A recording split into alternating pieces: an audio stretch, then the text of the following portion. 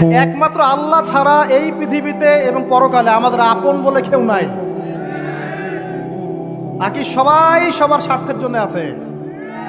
মানুষ মানুষের অবস্থানকেই মূল্যায়ন করে। আমরা মারা গেলে পরে 40 দিন তারা আমাদেরকে মনে রাখবে কিনা সন্দেহ আছে। বিশ্বাস করছেন না? এই যে আমাদের অনেক আত্মীয় স্বজন মারা গেছে না, বছরে একটা বারো কি কবরস্থানে কেউ গিয়েছে? হয়তো যায়, মৃত্যুবার্ষিকী ওই দিন যায়, তাই না? দেখেন আমরা কিন্তু আস্তে আস্তে ভুলে গিয়েছি তাদের, আমরা ব্যস্ত হয়ে গেছি। ঠিক একইভাবে তারাও আমাদেরকে ভুলে যাবে। এই জন্যে আমি বারবার আপনাদেরকে মনে করে একটা কথা, আমার জীবন থেকে উপলব্ধি করি একটা কথা, যে একমাত্র আল্লাহ ছাড়া এই পৃথিবীতে এবং পরকালে আমাদের আপন বলে কেউ নাই। বাকি সবাই সবার স্বার্থের জন্য আছে। মানুষ মানুষের অবস্থানকেই মূল্যায়ন করে। মানুষ মানুষের অবস্থানকেই মূল্যায়ন করে। আল্লাহ রাব্বুল আলামিন আপনার ভিতরটাকে ভালোবাসেন। দেখেন, আপনি যখন নামাজ পড়েন নাই, আল্লাহ পাক কিন্তু আপনাকে ধ্বংস করে দেন নাই। আল্লাহ পরম করুণাময় আপনাকে হেদায়েত দিয়ে নামাজি বানিয়ে দিয়েছেন। জীবনে অনেক পাপ করেছেন, ইনস্ট্যান্ট আল্লাহ পাক শাস্তি দিতে পারতেন, আল্লাহ পাক দেন নাই। আল্লাহ আপনাকে ভালোবাসেন, আল্লাহ আমাকে ভালোবাসেন। আল্লাহ পাকের এই ভালোবাসার ঋণটা শোধ করার জন্য হলেও নামাজি হয়ে যান, আল্লাহর পথে ফিরে আসেন, দিনের জন্য কিছু করেন, দিনের ফিকির করেন, পড়াশোনা করেন। প্রিয় ভাইরা, আল্লাহ পাক তৌফিক দান করুন। দেখুন, এই রিবা থেকে দূরে থাকার জন্য একটা হাদিস যথেষ্ট, যে 4 শ্রেণীর মানুষকে আল্লাহ রাসূল সাল্লাল্লাহু আলাইহি ওয়াসাল্লাম লাআনত করেছেন, অভিশাপ দিয়েছেন। ইনশাআল্লাহ আজকের লেকচার যাদের কানে যাবে, আমরা যদি না খেয়েও মরে যাই, আল্লাহ পাক না খেয়ে মারবেন না ইনশাআল্লাহ। রিজিক আছে, খাবো ইনশাআল্লাহ। কিন্তু হয়তো বা অভাব হবে, টাকা পয়সা একটু কম হতে পারে, অন্যের 10 তলা ফ্ল্যাট হবে, আমার হবে না, ঠিক আছে? অন্যের এত বিঘা বিঘা জমি আমার হয়তো হবে না। কিন্তু ইনশাআল্লাহ তাআলা এই যে দুনিয়ার মুসাফিরের জীবনটা, এটা মুসাফিরের জীবন না? মুসাফিরের জীবনটা কেটেই যাবে ইনশাআল্লাহ। কাটবে না? যে কোনোভাবে কেটে তো যাবেই ইনশাআল্লাহ। এই যে পরকালের জীবনটা একটা চেতনার শক্তি, জানেন? দুনিয়াতে যত বাধা বিপত্তি আসুক, গাল মন্দ খান, গীবত তহমত খান, কষ্ট হোক, নির্যাতন হোক, একটা বিষয় মনের মধ্যে শান্তি দেয়। কি শান্তি? যে এই দুনিয়ার জীবনটা তো আর চিরস্থায়ী নয়, এটা তো আর সারা জীবন থাকবে না। ইনশাআল্লাহ এই অবস্থা আস্তে আস্তে পরিবর্তন হয়ে যাবে। ফাইন্না মাআল উসরি ইউসরা, পরকালে ইনশাআল্লাহ পাবো। দুনিয়াতে না পেলে কি হয়েছে, পরকালে পাবো ইনশাআল্লাহ। যুবক ভাই, এসব জেনা ছেড়ে দেন, আল্লাহ রাব্বুল আলামিন আপনার জন্য হুর রেখেছেন জান্নাত, ইনশাআল্লাহ পাবেন ইনশাআল্লাহ। এটা ছেড়ে দেন, সুদ ছেড়ে দেন, আল্লাহ পাক আপনার জন্য হাউজে কাউসার রাখছে ইনশাআল্লাহ, ঠিক আছে? অন্যায় পাপ ছেড়ে দেন, আল্লাহ রাব্বুল আলামিন আপনার জন্য জান্নাত রেডি করে রাখছে ইনশাআল্লাহ। এই দুনিয়ার জীবনটা ধোঁকা, একটা ছোট্ট জীবন, পুরা ধোঁকা, কিচ্ছু নাই এর মধ্যে। আমার কথা শোনেন, এই দুনিয়ার জীবনে কিছুই নাই। চারপাশে অনেক কিছু মনে হবে, আপনার বাড়ি আছে, গাড়ি আছে, স্ট্যাটাস আছে, টাকা পয়সা, প্রতিপত্তি সব আছে। আদতে আপনি একা, আদতে আপনাকে একাই কবরে যাওয়া লাগবে, একাই আল্লাহর সাথে হিসেব নিকাশ দিতে হবে। কেউ নাই সাথে, আমাদের সাথে কেউ নাই। কিন্তু আপনি মনে করছেন যে সেলিব্রিটিজম বড়, আমি পলিটিক্যাল নেতা হয়েছি, আমাকে সবাই চেনে, আমি ইকোনমিক সেক্টরে লিড দেই, রাষ্ট্রকে লিড দেই, আমি ধর্মতাত্ত্বিক ক্ষেত্রে লিড দেই, আমাকে দেখলে মানুষ বাহবা দেয়, ইত্যাদি ইত্যাদি। দিন শেষে আমি একা, আপনিও একাই। আমাকেও একাই যেতে হবে, আপনাকেও একাই যেতে হবে। এগুলো সব চারপাশের খালি অন্ধ মোহ, আর কিছু না। এই মোহের মধ্যে ঢুকে পড়বেন না, আল্লাহ পাক তৌফিক এনায়েত করুন। নবী সাল্লাল্লাহু আলাইহি ওয়াসাল্লাম বারবার বলতেন, আল্লাহুম্মা ইন্নী আউযু বিকা মিন ফিতনাতিদ দুনিয়া, বলতেন না? হে আল্লাহ, আমি এই দুনিয়ার ফিতনা থেকে তোমার কাছে আশ্রয় প্রার্থনা করছি। ওয়া ইন্নী আউযু বিকা মিন ফিতনাতিন নিসা, আমি মহিলাদের ফিতনা থেকেও আশ্রয় প্রার্থনা করছি। আরো দোয়া করতেন, আল্লাহুম্মা ইন্নী আউযু বিকা মিন আযাবিল কবর, হে আল্লাহ, আমি কবরের আযাব থেকে আশ্রয় প্রার্থনা করছি। ওয়া আযাবি জাহান্নাম, জাহান্নামের আযাব থেকে আশ্রয় প্রার্থনা করছি। ওয়া মিন ফিতনাতিল মাহইয়া ওয়াল মামাত, জীবন মৃত্যুর ফিতনা থেকে আশ্রয় প্রার্থনা করছি। ওয়া মিন শাররি ফিতনাতিল মাসিহিদ দাজ্জাল, এবং দাজ্জালের ফিতনা থেকে আশ্রয় প্রার্থনা করছি। দাজ্জালে পরে আসবো ইনশাআল্লাহ। দাজ্জাল নিয়ে আলোচনা করলে আবার কিছু মানুষ খারাজি ট্যাগ লাগাই দিতে পারে, ওই জন্য এদিকে আমি এখন যাচ্ছি না। হ্যাঁ, সামনে আসি। তো রিবার বিষয়টা বলছিলাম। আইয়ামে জাহিলিয়াতের যে সেই রিবা এখনকার বিশ্বে আছে কি নাই বলেন? ওই সময় না হয় মক্কায় ছিল, এখন কি সারা বিশ্বব্যাপী নাই? বিশ্বের কোনো কান্ট্রি রিবা মুক্ত না, বিশ্বের কোনো দেশ রিবা থেকে মুক্ত থাকতে পারবে না, এই বিশ্ব পরিচালনা যারা করছে ওদের আন্ডারে থাকলে। কখন হবে বিশ্ব রিবা মুক্ত? একদিন বিশ্ব রিবা মুক্ত হবে ইনশাআল্লাহ। একদিন না একদিন এই বিশ্বটা সুদমুক্ত হবে ইনশাআল্লাহু তাআলা। তখন জালেম পার পাবে না, মাজলুমের রক্ত শ্রম বৃথা যাবে না ইনশাআল্লাহ। কবে কত বছর পর আমি জানি না, কিন্তু এতটুকু জানি যে মালহামার পরে যখন আল মাহদি আসবেন এবং তারপর যখন মাসিহুদ দাজ্জাল বের হবে এবং ঈসা ইবনে মারইয়ামকে আল্লাহ পাক নামিয়ে দিবেন, তার হাতে যখন দাজ্জাল নিহত হবে এবং জেরুজালেম থেকে যখন পুরো বিশ্ব শাসন করা হবে মুসলিমদের হাতে, তখন রিবা বলে কিচ্ছু থাকবে না পৃথিবীতে। তার আগ পর্যন্ত এই অবস্থা সলভ হবে কিনা আমরা জানি না, হতেও পারে না। ওই সময় যে হবে নিশ্চিত ইনশাআল্লাহ। আসুন, আইয়ামে জাহিলিয়াতের আরেকটা বড় পাপ ছিল যে এক ভাই বলেছেন, সেটা হচ্ছে নারীর অবমাননা। কে বলেছে এই কথাটা? সামনে একজন। হ্যাঁ, আইয়ামে জাহিলিয়াতের অন্যতম একটা সেরা পাপ ছিল কি? নারীর অবমাননা। এটা নিয়ে কি বলতে হবে? এখন ধর্মের মধ্যেও আমরা নারীদেরকে অবমাননা করছি। বহু নামাজি ব্যক্তি আছে আমাদের মধ্যে, দেখবেন বোনের সম্পত্তি দেয় নাই, মেয়েকে শিক্ষিত করতে যাচ্ছেন না। কেন যাচ্ছেন না? ওর কি অধিকার নাই শিক্ষার? আপনি কি জানেন যে আয়েশা রাদিয়াল্লাহু আনহার কাছে বহু সাহাবী হাদিসের তালিম নিয়েছেন, বহু হাদিস শিখিয়েছেন কে? মা আয়েশা রাদিয়াল্লাহু আনহা। তিনি যদি শিক্ষিত না হতেন শেখাতে পারতেন? তো মেয়েদের শিক্ষার দরকার আছে না? হ্যাঁ, কি বিষয় দরকার? তাদের উপযুক্ত পরিবেশ নিশ্চিত করতে হবে, নিরাপত্তা, পর্দা এগুলো নিশ্চিত করতে হবে। তারপরে মেয়েদেরকে আপনি অবশ্যই শিক্ষিত করুন। ঘরের কোণে বসে রাখতে কে বলেছে? আপনি নিরাপদ পরিবেশ দেন, পর্দা দেন, তারা মাদ্রাসা যাবে, পড়াশোনা করবে। ঠিক আছে? আল্লাহ পাক আমাদের মা বোনদেরকে শিক্ষিত করার তৌফিক দান করুন, আমিন। ভালো ভালো কোয়ালিটি সম্পন্ন মহিলা মাদ্রাসা গড়ে তোলেন। আর মেয়েরা যদি শিক্ষিত না হয় তাহলে আমাদের বাড়ির বউরা শিক্ষিত হবে। আর বউ শিক্ষিত না হলে আপনি একা শিক্ষিত হয়ে লাভ নাই। তখন ওই যে বললাম টর্চার সেল, ওই টর্চার সেলে ঢুকতে হবে আর কি। কথা বুঝতে পারছেন না? আগে বিয়ে শাদী করেন, বুঝবেন ইনশাআল্লাহ। যারা করেছেন তারা অলরেডি হাসছে যে মিটমিট করে দেন। ঠিক আছে? আচ্ছা, সামনে আসেন। দেখেন মেয়েদের অবমাননা কিভাবে দেখাবো। সবচেয়ে বড় অবমাননা হচ্ছে ওদের দেহটাকে আমরা এখন পণ্য বানিয়েছি।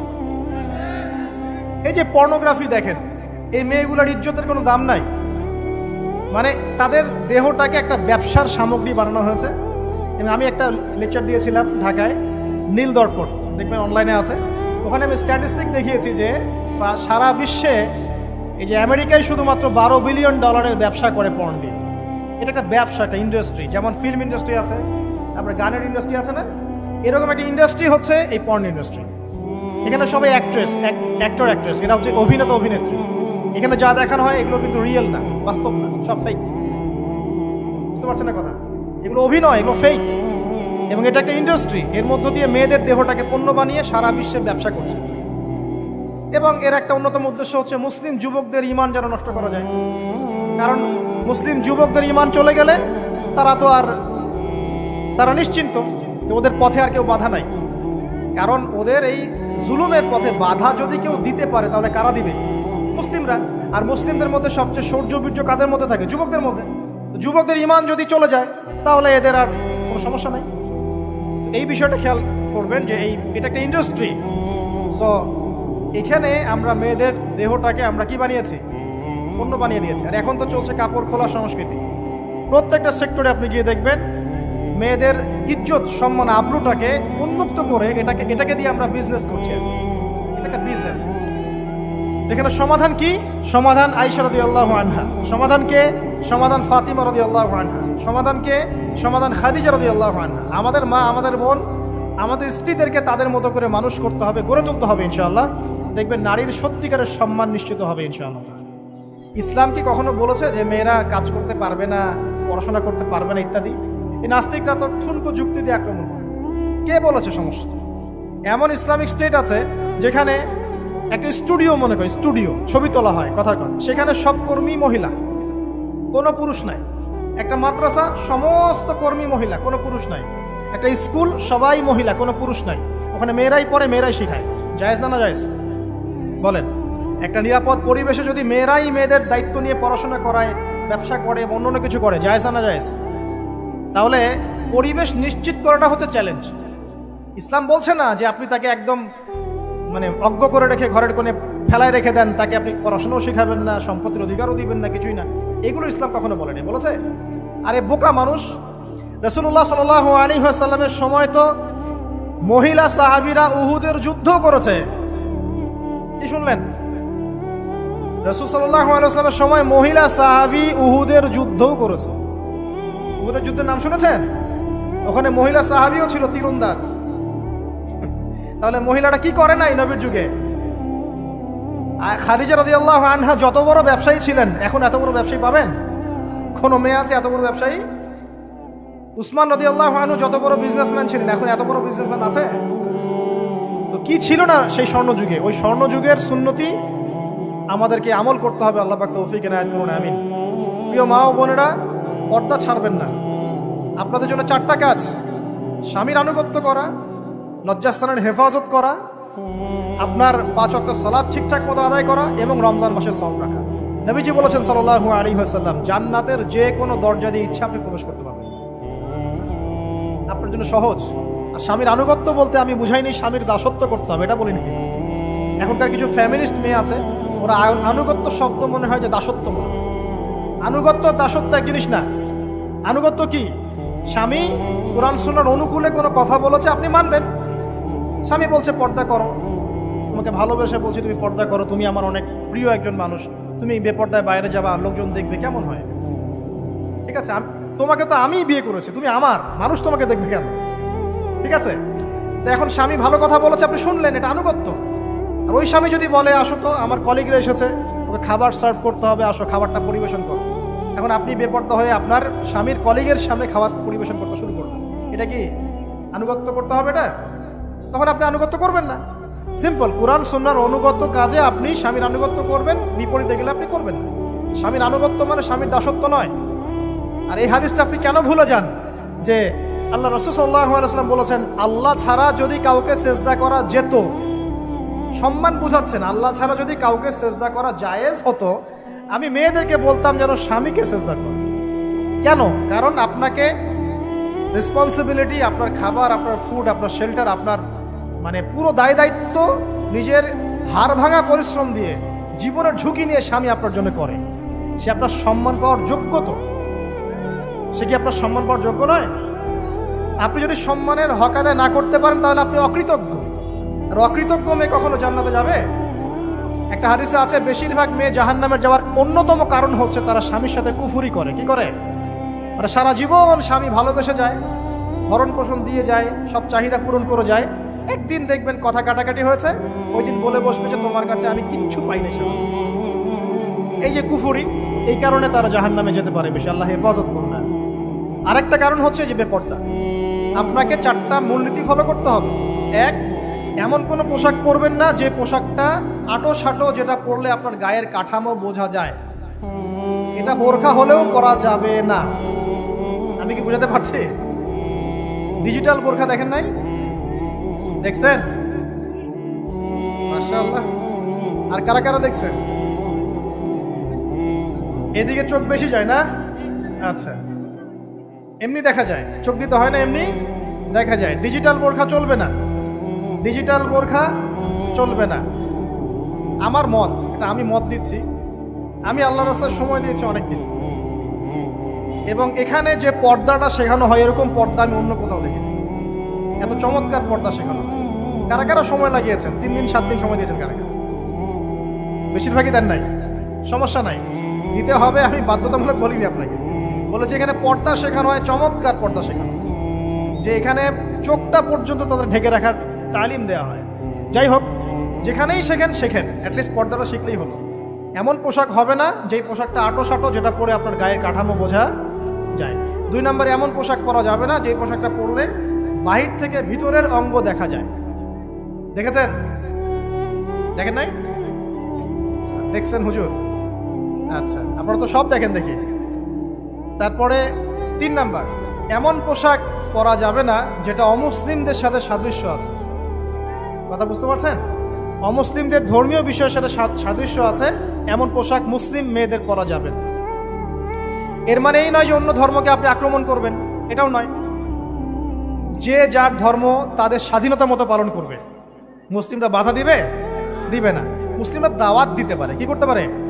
দাওয়াত দিতে পারে যে ভাই, যে লা ইলাহা ইল্লাল্লাহর কনসেপ্ট আপনাকে বুঝাচ্ছি, আল্লাহ ছাড়া কোনো মাবুদ নাই, মুহাম্মদ সাল্লাল্লাহু আলাইহি ওয়াসাল্লাম সর্বশেষ রাসূল, এই কোরআন পড়ুন, হাদিস পড়ুন, দেখুন এটাই হচ্ছে মানবতার মুক্তির সনদ। এরপর যদি সে ইসলাম কবুল করে আলহামদুলিল্লাহ, যদি না করে এর হিসাব কে দিবে? সে নিজে দিবে। এর হিসাব কি আমাকে দেওয়া লাগবে? দেওয়া লাগবে না। তো অমুসলিমদের সাথে সাদৃশ্য আছে এমন পোশাক চলবে না। আর 4 হচ্ছে পুরুষরা মেয়েদের পোশাক পরতে পারবে না, মেয়েরা পুরুষদের পোশাক পরতে পারবে না। জি, আপনাদেরকেই বলছি, আপনারা জিন্স পরতে পারবেন না, মেয়েদেরকে বলছি, এবং টি শার্ট পরতে পারবেন না। আপনারা ওই যে যা ইচ্ছা তাই ড্রেস পরে বলবেন যে 1000 বছরের সভ্যতা সংস্কৃতি, এসব বাজে কথা চলবে না এখানে। এটা 1000 বছরে কোনোদিনও আমাদের দাদা নানিরা এগুলা কখনো পরে নাই। করছে? আপনার দাদি কখনো ওইরকম পরছিল শাড়ি? তো যে বললো 1000 বছর থেকে পরে আসতেছে নাকি? সুবহানাল্লাহ। তো এখানে বিষয়টা হচ্ছে পুরুষ মেয়ের পোশাক পরতে পারবে না, মেয়ে পুরুষের পোশাক পরতে পারবে না। আমি খুব সংক্ষিপ্ত করে আপনাকে কোরআন সুন্নাহ থেকে 4টা মূলনীতি বলে দিলাম। এই 4টা মূলনীতি কোরআনেও আছে, হাদিসেও আছে। আসেন, এই যে নারীর অবমাননা, এই বিষয়টা আইয়ামে জাহিলিয়াতে যেমন ছিল, এখন দেখবেন আরো বড় পরিসরে এসেছে। আসলে এই যে ফ্যাশন শো, দেহের প্রদর্শনী, বিভিন্ন ফিল্মস দেখবেন, ফিল্ম ইন্ডাস্ট্রিজে দেখবেন, মিউজিকে দেখবেন, পর্নে দেখবেন, মেয়েদের দেহটাকে নিয়ে ব্যবসা করা হচ্ছে। আগে তো না হয় কন্যা সন্তান হলে জীবন্ত পুঁতে ফেলতো নাকি? এখন যদি গর্ভের বাচ্চা মেয়ে জানে, অনেকে আগেই মেরে ফেলে। বুঝেন নাই মনে হয়? অনেকে যদি জানে যে গর্ভে মেয়ে সন্তান আছে, আগেই মেরে ফেলে। এমন অনেক দেশ আছে, আমি নাম বলছি না দেশের সঙ্গত কারণে, যে সেই দেশে এরকম মেয়ে সন্তানকে এই যে খালাস করে ফেলার, নষ্ট করে ফেলার, ভ্রূণ নষ্ট করার আলাদা ক্লিনিক আছে, আলাদা হসপিটাল আছে। বলে নাউজুবিল্লাহ। তো আসলে ওই 1450 বছর আগের মানুষটা বেশি বর্বর ছিল না আমরা বেশি বর্বর? এই অধিকারের কথা বলে বলে আমরা মেয়েদের দেহটাকে নিয়ে এখন মস্করা করছি, তামাশা করছি। সবচেয়ে সেরা অধিকার কোথায় পাবে? কোরআনে পাবে, হাদিসে পাবে, ইসলামে পাবে। তার পর্দা নিশ্চিত হবে, দেহ সেফ থাকবে, তার ইজ্জত নিশ্চিত হবে, ইজ্জত সেফ থাকবে, তার সম্মান সেফ থাকবে, তাকে রাজরানীর মতো স্বামী বাসায় রাখবে, কারণ সে হচ্ছে তার কাছে সবচেয়ে মূল্যবান প্রিয় বস্তু। শুধু তাই নয়, সম্পত্তির অধিকার তাকে দিতে হবে। একজন মেয়ে তার ভাইয়ের সম্পত্তি পাবে, তার বাবার সম্পত্তি পাবে, তার স্বামীর সম্পত্তি পাবে, সব দিক থেকে সে সম্পত্তি পাবে। আর একজন ছেলে কিন্তু সব দিক থেকে সম্পত্তি পাবে না। এই বিষয়গুলো যখন এক শ্রেণীর মানুষ বোঝে না, তখন ইসলামের বিরুদ্ধে অহেতুক প্রপাগান্ডা চালানো শুরু করে। সবচেয়ে সেরা সম্মান রক্ষার উদাহরণ দেয়া হয়েছে ইসলামে, কোরআনে এবং হাদিসে। এই কথাটা আপনাদের মা বোনদেরকে বোঝাবেন, তবে নম্রতার সাথে বোঝাবেন, কারণ উচ্চবাচ্য করলে তারা কথা শুনবেন। আল্লাহ রাসূল সাল্লাল্লাহু আলাইহি ওয়াসাল্লাম বলেছেন, কিছুটা বাঁকা হাড় দিয়ে তাদেরকে তৈরি করা হয়েছে। যদি আপনি শক্ত করে চাপ দিতে যান তাহলে ভেঙে যাবে, আর যদি আপনি ওই অবস্থায় ছেড়ে দেন তাহলে বাঁকাই থেকে যাবে। এখানে আপনাকে হিকমা অবলম্বন করতে হবে। আল্লাহ পাক তৌফিক দান করুন। একটা বিষয় বলছিলাম, ওই যে শিরকের পাপ এখন গ্লোবালাইজেশন হয়েছে না, ওই সুদের পাপ এখন গ্লোবালাইজেশন হয়েছে না। গ্লোবালাইজেশন বোঝেন? মানে বিশ্বায়ন, পুরো বিশ্বে ছড়িয়ে পড়েছে না। আরেকটা হচ্ছে এই যে মেয়েদের অবমাননা, এটা সারা বিশ্বে ছড়িয়ে পড়ে নাই? আচ্ছা, আর দুটা বলবো, এরপর বলে আমি শেষের দিকে যাচ্ছি। আসা, একটা হচ্ছে মাদক। আইয়ামে জাহিলিয়াতের অন্যতম সেরা পাপ ছিল কি?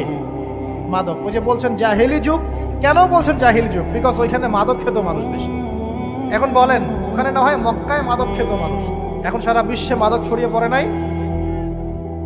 বেশি না কম? এখন এই যে নতুন নতুন মাদক আসছে, ইয়াবা, আরো নাকি কি কি আসছে নতুন নতুন, আমরা নামও জানি না। এই যে গাজার নাম জানি, ফেন্সিডিলের নাম জানি, আর কি কি আছে? হিরোইন বলেন, আর দু একটা, আফিম, আর কি আছে? হ্যাঁ, রেন্ডি, সুবহানাল্লাহ, এই নামও কখনো শুনি নাই আমি। আচ্ছা শোনেন, বিষয়টা হচ্ছে, দেখুন এই বিষয়টা কি হালাল না হারাম? আচ্ছা, এটাকে যদি আমরা হালাল করে নেই তাহলে কি হবে? কুফরি হবে না শিরক হবে? শিরক কুফর দুটোই হচ্ছে। কিন্তু এখন মক্কার কিছু মানুষ মাদক খেয়েছে বুঝলাম, আল্লাহ রাব্বুল আলামিন ধাপে ধাপে এখান থেকে বের করেছেন। প্রথমে বলেছেন মদ খেয়ে নামাজের ধার কাছে যেও না। হ্যাঁ, তারপরে বলেছেন এই যে মাদকে কিছুটা উপকার আছে কিন্তু বেশি ক্ষতি। তারপর বলেছেন খেয়ে নামাজের কাছে যেও না। তারপর ধাপে ধাপে শেষের দিকে এসে আল্লাহ পাক বলেছেন যে এটাকে ছেড়ে দাও। সূরা মাইদায় পড়ে দেখেন, এটা শয়তানের কাজ। তখন সাহাবায়ে কেরাম রাদিয়াল্লাহু আনহুম পুরোপুরি মাদক থেকে নিজেদেরকে মুক্ত করলেন। এরপরে কি কখনো তারা মাদক ছুঁয়েও দেখেছেন? বরং মাদকদ্রব্য সেবন করলে 40টা লাঠি বেত্রাঘাত করতে হয় ইসলামিক শাস্তি। কয়টা লাঠি? আর উমর রাদিয়াল্লাহু আনহুর সময়ে 40 লাঠিকে বাড়িয়ে 80 লাঠি করা হয়েছে। কত লাঠি? 80 লাঠি। কিন্তু আরো একটা পাপের শাস্তি আছে, বলবো? অপবাদ। এখন যেটা বেশি দেওয়া হয়, অপবাদ, মিথ্যা অপবাদ, সতী সাদী নারীর উপরে মিথ্যা অপবাদ, এর শাস্তি হচ্ছে 80 লাঠি। আবার 100 লাঠির শাস্তি আছে, 100 লাঠি। এটা কিসের জানেন? জিনা। জিনা এই যে যারা করছেন, এর শাস্তি হচ্ছে 100 লাঠি। তাও জনসমক্ষে দিতে হবে, গোপনে না। আর 1 বছরের জন্য এলাকা ছাড়া করতে হবে। রজম একটা শাস্তি আছে, রজম। এটা কি? রজম মানে পাথর নিক্ষেপ করে হত্যা। এটা তো বর্বর, তাই না? অমানবিক, মধ্যযুগীয়। এসব কথা শুনছেন না? শোনেন, কিছু কিছু বিষয় আছে যে বিষয়গুলো করার পরে এই পৃথিবীতে মানুষ বেঁচে থাকার অধিকারটা হারিয়ে ফেলে। কথা বুঝতে পারছেন না? কিছু কিছু পাপ আছে, এগুলো করলে পরে মানুষ এই পৃথিবীতে বেঁচে থাকার অধিকারটা হারায় ফেলে। যেমন কোনো বিবাহিত ব্যক্তি যদি জেনা করে, নাউজুবিল্লাহ, কোনো ছেলে যদি কোনো ছেলের সাথে যৌন সম্পর্ক করে, সমকামী করে, বা এটাকে যেটা গে মানে যেটা কি বলে, সমকামিতা, ঠিক আছে, এই কাজ যদি কেউ করে, নোংরা কাজ যদি কেউ করে, কোনো মেয়ে যদি কোনো মেয়ের সাথে এরকম কোনো কাজ করে, একই পাপ। এইসব পাপ করলে পরে এই পৃথিবীতে বেঁচে থাকার অধিকারটা সে হারিয়ে ফেলে। কথা কি বুঝতে পারছেন? আচ্ছা, তখন শাস্তি হচ্ছে আল্লাহ রাব্বুল আলামিন পাথর নিক্ষেপ করে হত্যা করতে বলেছেন। কারণ হচ্ছে সে এত গর্হিত একটা কাজ করেছে যেটা এই শাস্তি পাওয়ার সম্পূর্ণ যোগ্য। এবং কওমে লূত নামে যে কওম ছিল, ওই কওমটাকে আসমানে উঠিয়ে আল্লাহ পাক পাথর বর্ষণ করে এভাবেই শেষ করে দিয়েছে। জর্ডান একটা দেশ আছে না, জর্ডান, জর্ডানের পাশে ডেড সি নামে একটা জায়গা আছে, ডেড সি, মৃত সাগর। ওইখানে সাদুম নামে একটা গোত্র থাকতো। কোন গোত্র? সাদুম। ওই সাদুম গোত্র এরকম সমকামী ছিল। আল্লাহ রাব্বুল আলামিন লূত আলাইহিস সালামকে পাঠিয়েছিলেন, তারা হেদায়েতের বাণী শোনে নাই। আল্লাহ পাক ওদেরকে আসমানে উঠিয়ে পাথর নিক্ষেপ করে উল্টা দিকে দাফন করে দিয়েছে। কিছু কিছু পাপ আল্লাহ পাক সহ্য করেন না, আল্লাহ পাকের আরশ কেঁপে ওঠে। এই পাপগুলো সেরকম পাপ। কথা বুঝতে পারছেন? তো এই যে জিনা, পর্নোগ্রাফি, ব্যভিচার, পরকে, এগুলোর মধ্য দিয়ে আমরা নারীর অবমাননা করছি না? এবং ধর্মের মাধ্যমেও মাঝে মাঝে করছি, যখন আমরা ধর্মের নামে মেয়েদের অধিকার দিচ্ছি না। অনেকেই সম্পত্তির অধিকার দিচ্ছেন না, অনেকে শিক্ষিত করছেন না, অনেকেই আরো যৌতুক নিচ্ছেন না, যৌতুক নিচ্ছেন না অনেকেই। যে বিয়ের সময় যৌতুক নেয়, এটা তো মেয়ের উপর, মেয়ের পিতার উপর টর্চার করা, সম্পূর্ণ হারাম, সম্পূর্ণ হারাম। তারপরে দেখবেন, রিপোর্টগুলো পড়ে দেখবেন যে এই বছর 2000 কত, এটা 22, এই 22-এই গভর্নমেন্ট রিপোর্ট অনুযায়ী নিবন্ধিত প্রায় 1339টা ধর্ষণের মামলা হয়েছে। তো এটা এখন অ্যাভেলেবল, যে কোনো সব জায়গায় ধর্ষণ হচ্ছে, এখন অ্যাভেলেবল। মানুষ এটাকে স্বাভাবিক মনে করছে, এখন নর্মাল, নর্মাল ধর্ষণ হতেই পারে, মানুষ এখন এমন মনে করছে। প্রত্যেক দিন পেপার খুলবেন, দেখবেন রেপের খবর, প্রত্যেক দিন খবর শুনবেন ধর্ষণের খবর। আর সব খবর তো আসে না, আসে হয়তো 10%, 20%, 30%, বেশিরভাগই আসে না।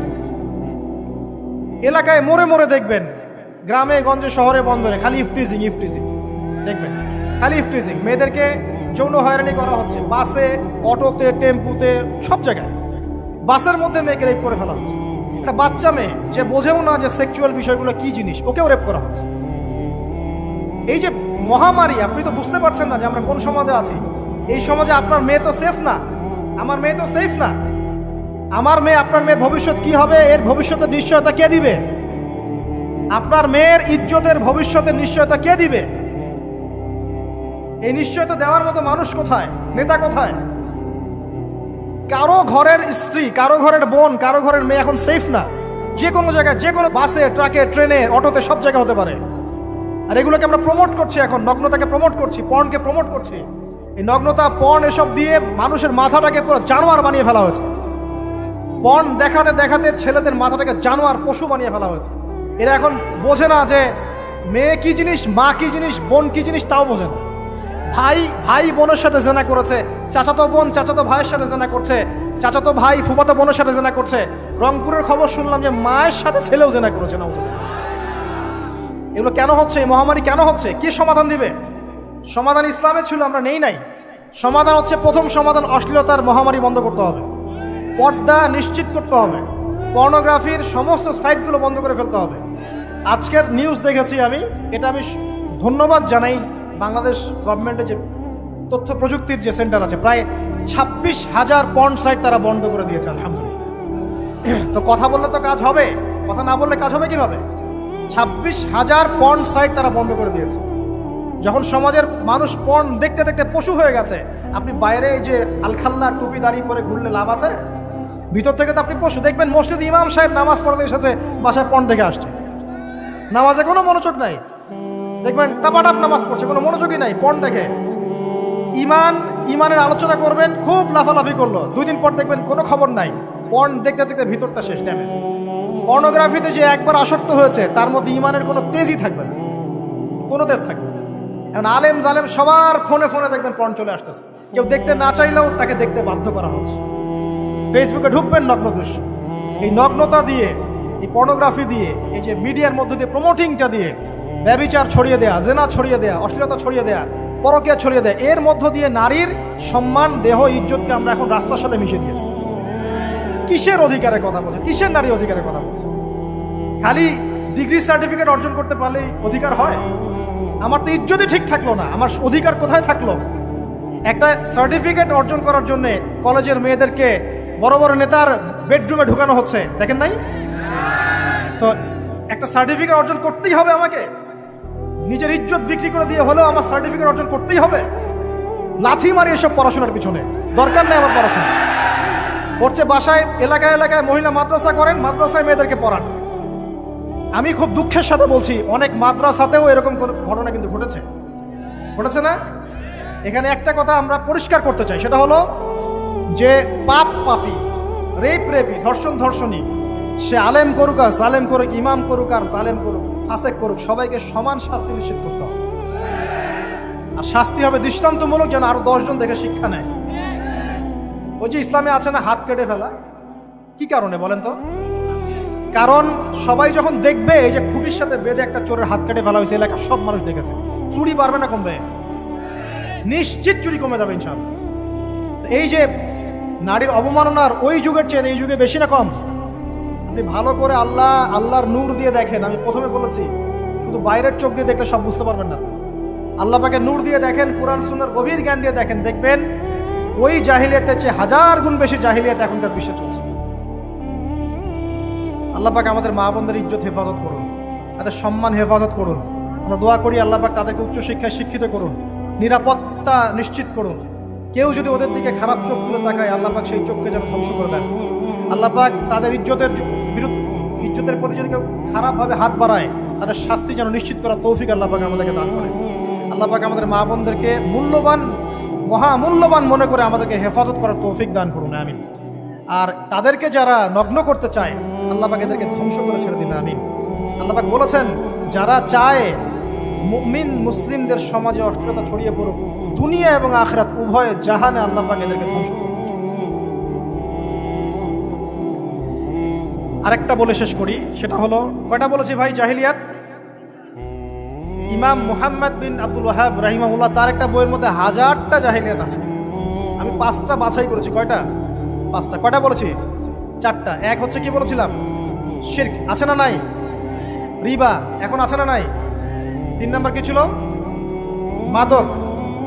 আর 4 নাম্বার নারীর অবমাননা। মাদক তো বুঝলেন, এটা তো আমার চেয়ে আপনারা ভালো বুঝেন, মাদক সব জায়গায় আছে। একটা কথা বলি, দেখুন মাদক নিয়ে একটা কথা বলি, শুনুন। আপনাদের কি কখনো গায়ে কখনো ফোড়া হয়েছে?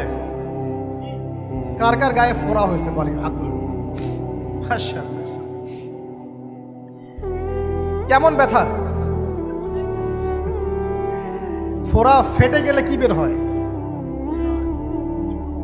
রক্ত আর পুঁজ বের হয়, তাই তো? তো নবী সাল্লাল্লাহু আলাইহি ওয়াসাল্লামকে সাহাবীরা পরে জিজ্ঞাসা করলেন, ইয়া রাসূলুল্লাহ, কোন পাপের কারণে তাদেরকে এই শাস্তি দেওয়া হচ্ছে?